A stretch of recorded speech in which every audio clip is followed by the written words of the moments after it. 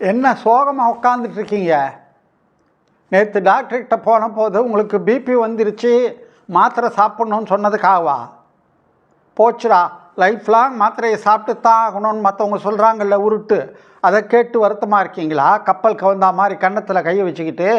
உங்களுக்கு இல்லை எத்தனை பேருக்கு தெரியும் பிபி மாத்திரைகளை இயற்கையாகவே குறைக்கலாம், நிறுத்தலாம் சில வழிகளை கையாண்டால். அந்த வழிமுறைகள் என்னென்ன என்பதை பற்றி தான் இந்த வீடியோவில் பார்க்க போகிறோம்.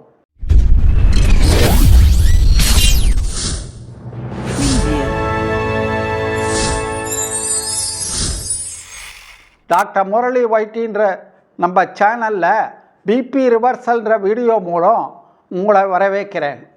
முதல்ல பிபின்னா என்னான்னு பார்க்கலாம். இரத்த குழாய்களின் சுவர்களின் மீது இரத்தம் எந்த வித அழுத்தத்தோடு வேலை செய்கிறது என்பதைத்தான் இரத்த அழுத்தம்ன்றோம். இரத்த ஓட்டம் தமனிகளின் சுவர்களின் மீது செலுத்தும் அழுத்தம்தான் இரத்த அழுத்தம். இந்த இரத்த அழுத்தமானது ரெண்டு வகையாக இருக்குது. ஒன்று சிஸ்டாலிக், ரெண்டு டயஸ்டாலிக். சிஸ்டாலிக்ன்றது மேலே சொல்கிற வேல்யூ, இருதயம் சுருங்கும் போது இருக்கும் அழுத்தம். டயஸ்டாலிக்ன்றது இருதயம் ஓய்வெடுக்கும் போது இருக்கும் அழுத்தம், கீழே இருக்கிற வேல்யூ.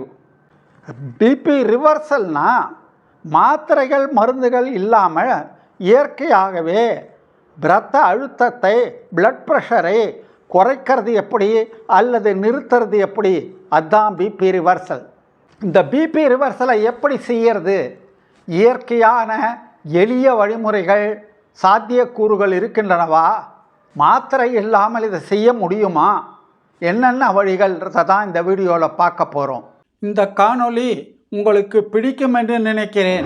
லைக் பண்ணுங்கள், சப்ஸ்கிரைப் பண்ணுங்கள், பக்கத்தில் இருக்கிற பெல் பட்டனை அழுத்தி ஆலை டிக் பண்ணுங்கள். அப்போ தான் எல்லா நோட்டிஃபிகேஷன் உங்களுக்கு உடனுக்குடனே வந்து சேரும். ஷேர் பண்ணுங்கள். பிபி வர்றதுக்கு என்னென்ன ஆபத்து காரணங்கள் என்னன்றதை முதல்ல பார்க்கலாம். எதிரி யாருன்னு தெரிஞ்சாதான் எதிரியை நம்மளால் தாக்க முடியும். முதல்ல சுகாதாரம் இல்லாத அன்ஹெல்த்தி டயட், உப்பு ஜாஸ்தி இருக்கிற பேக்கேஜ் ஃபுட்ஸு, ப்ராசஸ் ஃபுட்ஸு, இதெல்லாம் தான். ரெண்டாவது எக்ஸசைஸ் இல்லாமல், உடற்பயிற்சி இல்லாமல் சோம்பேறித்தனமான வாழ்க்கை முறையை அனுசரிக்கிறது.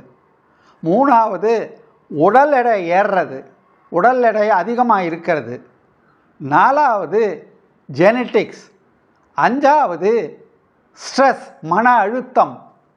ஆறாவது ஸ்மோக்கிங், ஆல்கஹால் ட்ரிங்கிங், இதெல்லாம். தூக்கம் ரொம்ப கம்மியாக இருக்கிறது, ஸ்லீப் டிப்ரவேஷன். கடைசியாக கிரானிக் நோய்கள், டயபெட்டிஸ், சிறுநீரக நோய்கள், கொலஸ்ட்ரால் பிரச்சனைகள், இதெல்லாம்.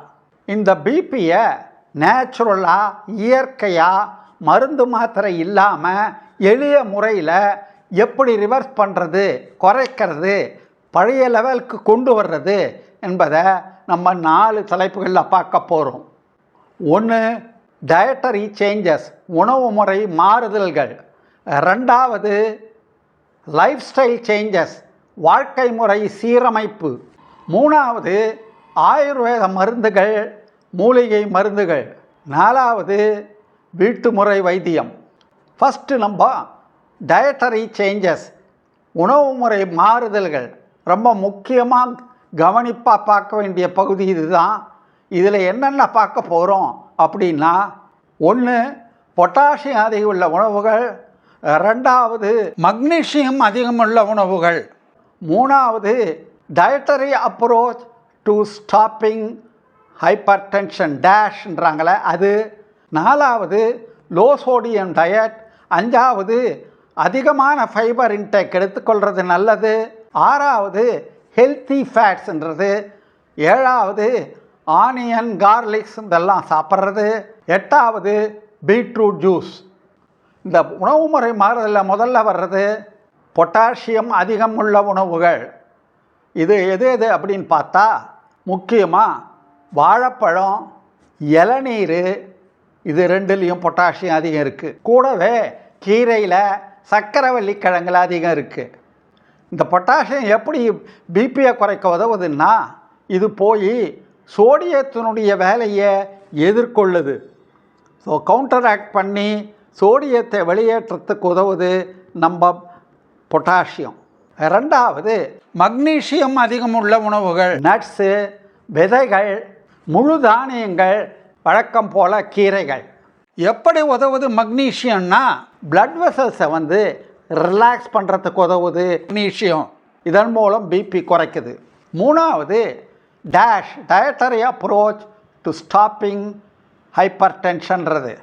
வழக்கம் போல் கீரைகள், காய்கறிகள், பழங்கள், நட்ஸும் சாப்பிடலாம். லோ ஃபேட் டைரி ப்ராடக்ட்ஸ் எல்லாம் சாப்பிடலாம். நாலாவது, உப்பு குறைவாக சாப்பிட்றது, low sodium intake. WHO recommended ஒரு நாளைக்கு சோடியம் 2000 மில்லிகிராம். இந்த உப்பானது ப்ராசஸ்டு ஃபுட்ஸ், பதப்படுத்திய உணவு, பேக்கடு ஃபுட்ஸ் இதிலெல்லாம் அதிகமாக இருக்குது. நம்ம டேபிள் சால்ட்டுக்கு பதில் ராக் சால்ட்டை யூஸ் பண்ணலாம். ஃபைபர் இன்டேக்கை அதிகப்படுத்தினா பிபி குறையும். இது முழு தானியங்கள், பழங்கள், பருப்பு வகைராக்கள், காய்கறிகள் இதெல்லாம் அதிகமாக இருக்குது. இந்த ஃபைபர் இன்டேக் அதிகமாக்கிறதுனால ஹார்ட் ஹெல்த்தியாக மாறுது, பிபி குறையுது. ஆறாவதா, ஹெல்த்தி ஃபேட்ஸ் இதில் அதிகம் இருக்குது அப்படின்னா அவகேடோ, ஆலிவ் ஆயில், நட்ஸு, இந்த ஃப்ளாக்ஸ் சீட்ஸ், ஆழி விதைகள் இதிலெல்லாம் நிறைய இருக்குது. ஹெல்த்தி ஃபேட்ஸ் ஆனது பிபியை குறைக்க ரொம்பவே உதவுது. இதை தவிர ஏழாவதாக வர்றது நம்ம வெங்காயமும் பூண்டும். வெங்காயம் பூண்டுனுடைய பங்கு பிபியை குறைக்கிறதுல ரொம்பவே வெல் டாக்குமெண்டட், சயின்டிஃபிக்கலாக நல்லபடியாக ப்ரூவன். இது கடைசியாக பார்க்குறது பீட்ரூட் ஜூஸு. இந்த பீட்ரூட் ஜூஸு நைட்ரேட்ஸ் இருக்குது, அதனால் இரத்த குழாய்களை ரிலாக்ஸ் பண்ணுது, விரிவடைய செய்யுது, பிபி தானே குறையுது. இப்போ ரெண்டாவது வழி என்ன அப்படின்னா, முதல்ல டயட்டரி சேஞ்சஸ் பார்த்தோம். ரெண்டாவது லைஃப் ஸ்டைல் சேஞ்சஸ், வாழ்க்கை முறை சீரமைப்புனால எப்படி நம்ம பிபியை குறைக்கிறதுன்னு பார்க்கலாம். முதல்ல எக்ஸசைஸ், உடற்பயிற்சி, முக்கியமாக walking, running, swimming, yoga, resistance exercises இதெல்லாம் முக்கியம். ஒரு வாரத்துக்கு 150 நிமிஷமாவது குறைந்தபட்சம் ரெகுலராக எக்ஸசைஸ் செய்கிறது நல்லதுன்னு ரூல் இருக்குது. அடுத்து நம்ம பார்க்க போகிறது லைஃப் ஸ்டைல் சேஞ்சஸில் உடல் எடை பராமரிப்பு. உடல் எடை ஜாஸ்தியாக போச்சுன்னா, ஒபிசிட்டி வந்தால், உடம்பு குண்டானா பிபி ஜாஸ்தி ஆகும். உடல் எடையானது 5லேருந்து 10% குறைஞ்சா கூட கணிசமாக பிபி குறையுதுன்றாங்க. அடுத்தது அடெக்குவேட் ஸ்லீப், தேவையான அளவு தூக்கம்.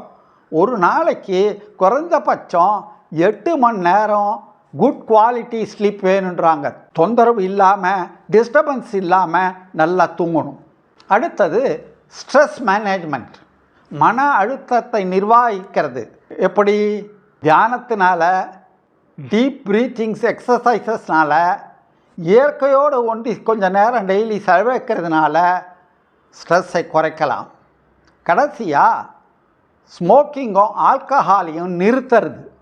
புகைப்பிடிக்கிறதும் ஆல்கஹால் இருந்ததும் பிபியை எப்போவுமே அதிகப்படுத்தும். குறைச்சி நிறுத்துறது தான் நல்லது. அடுத்து பார்க்க போகிறது ஆயுர்வேத மருந்துகள், மூலிகை மருந்துகள். இதில் ஃபஸ்ட்டு பார்க்க போகிறது ட்ரிபலா அப்படின்றது. இந்த த்ரிபலாவானது உடம்பை டீடாக்ஸிஃபை பண்ணுறதுக்கு உதவுது, கூடையே பிபியை கண்ட்ரோல் பண்ணுறதுக்கு, குறைக்கிறதுக்கு ஆகுது. ரெண்டாவது நம்ம பார்க்க போகிறது அஸ்வகந்தா, அமுக்ரான்றது.